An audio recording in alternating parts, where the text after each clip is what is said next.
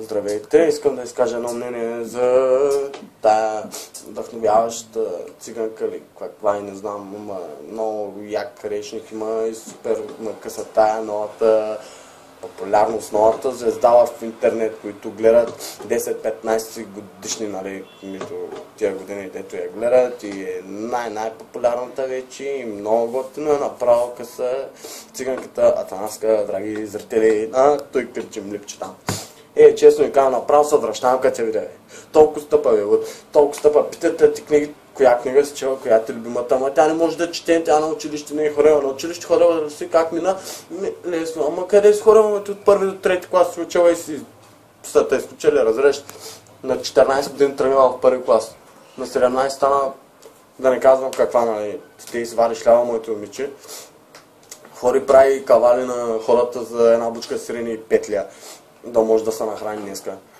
Кога ти кажа, направо не ми се говори за такива смешни хора по принцип, ама тъс много ме издразни, брат. Направо ви казвам, как може нашите деца? Ти не си пример за обществото, ти си просто, не знам, и пак ти келеша за обществото. Ти си долна от тайка, моето момиче, и не строиш.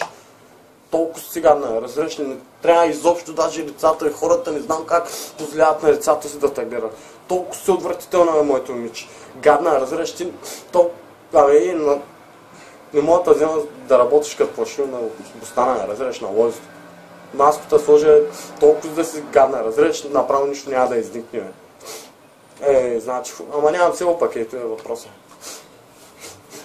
Пък тук за изградани си, като видят хората, може и смъртен случай да има.